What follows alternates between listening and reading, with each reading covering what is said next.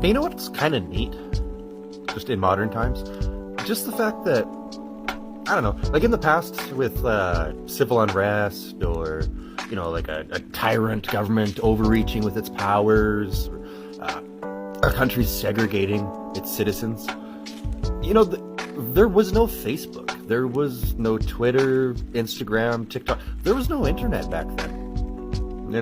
Like there wasn't a minute-to-minute record of what people were saying and doing and thinking the way there is now. In particular, I kind of wonder about those people on social media, like TikTok creators, who kind of built their brand on that whole segregation, othering thing. Like their whole thing was singling out people that weren't getting with the program, that weren't good, compliant citizens like they should be, and directing hate towards them. Just talking shit about them, implying things about their intelligence, their education, their family, lineage, and, relationship with their mother, perhaps. Doxing them and trying to fuck with their job and personal life out of internet drama bullshit. Kind of dipping into that primitive, simian tribalism. You're either with us or against us. Fear and hate the other. Those monkeys aren't like us and this is our banana tree. Throw your poop at them! Like, there's some really bad stuff out there, and it's all out there in a very public way, and it's going to be really kind of tough to extricate yourself from that kind of hate. Like by way of example, in conflicts of the past, which I won't bother naming or going into, because they'll either be accused of being non-relevant or cliche. I'll let you fill the blanks in yourself. Like, I imagine there's probably a lot of people who, when it became pretty fucking clear that the bad guys had lost, it was probably pretty easy to just go, oh yeah, no, I was cheering for the good guys the whole time.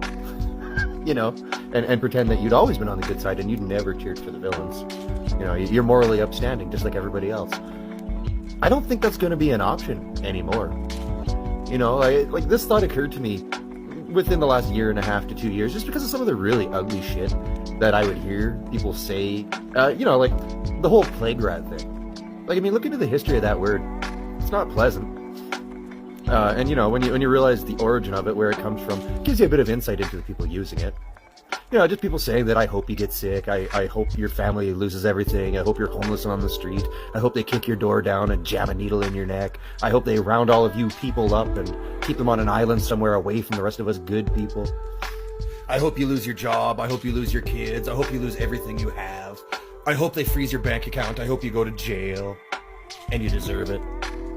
That's all going to be a matter of public record now. It's all on the interwebs. The internet keeps receipts. It's going to be really kind of interesting just seeing how this all plays out. Because right now, anybody that's hung out this long that isn't on the same side of the political aisle as me, right now would be the time that you're going to want to go back into your social media and start deleting a bunch of shit.